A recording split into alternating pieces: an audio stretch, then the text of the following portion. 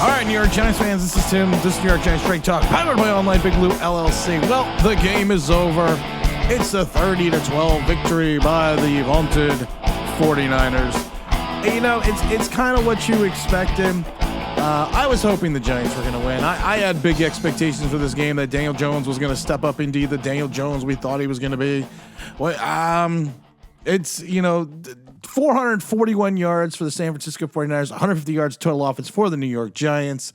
The 30-12 score wasn't even close. It wasn't even that close. The 49ers had this game handily. Daniel Jones, 22 of 32 for 137, average of 4.3 yards. Also had that big interception as well.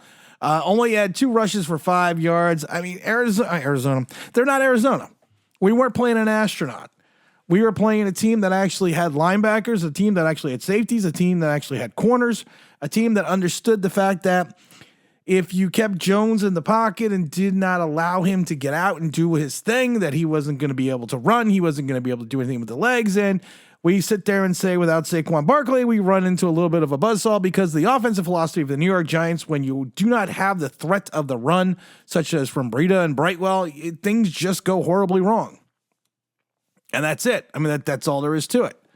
You had, a nice side note. Wan'Dale Robinson had 4 catches for 21 yards. We had no sightings from Jalen Hyatt. We had some injuries in the mix as well. Brock Purdy went 25 for 37 for 310 and 2 touchdowns. Easy Ed McCaffrey. I'm calling him Ed. I'm not calling him Christian. I'm calling him his father's name. 18 carries for 85 yards, 4.7.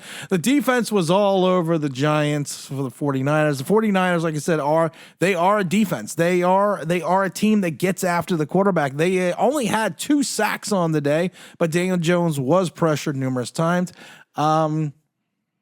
We're just not at that level yet. And that's what this type of season is going to be. It's going to be an up and down season. It's going to be a season where that's just what this season is going to be in the long run. You're going to hang with the teams like Arizona. You're going to hang, but you're then going to get crushed by the teams such as the 49ers. And that's just it. You had a Kayvon Thibodeau sack, which was more of a coverage sack, and he actually Brock Purdy actually ran into Kayvon Thibodeau. So we did get our first 2 sacks of the season. And I don't want to point blame to anyone, but all the turnaround of this game really started on that bad decision by Eric Gray to field that punt. He should have just let it bounce in the end zone instead of trying to pick it up and run with it. It pinned the Giants back. It gave the 49ers good field position on the next drive, and they scored. And like I said, it is what we thought it was going to be. I was hoping that the Giants were going to win. I really had my fingers crossed. But it's just, you run into a team like the 49ers. You just kind of have to move on. You got to regroup. It was a short week that we played on. And at the end of the day, I think the results are pretty much what everyone thought the results were going to be. And we just got to regroup, get ready, get situated, look into this next game on Monday Night Football. Daniel Jones is now 1-11 on primetime games. And of course the game will be on primetime next week. So that's not going to bode well for us. But at the end of the day, we're gonna do what we need to do. We're gonna move on. We're gonna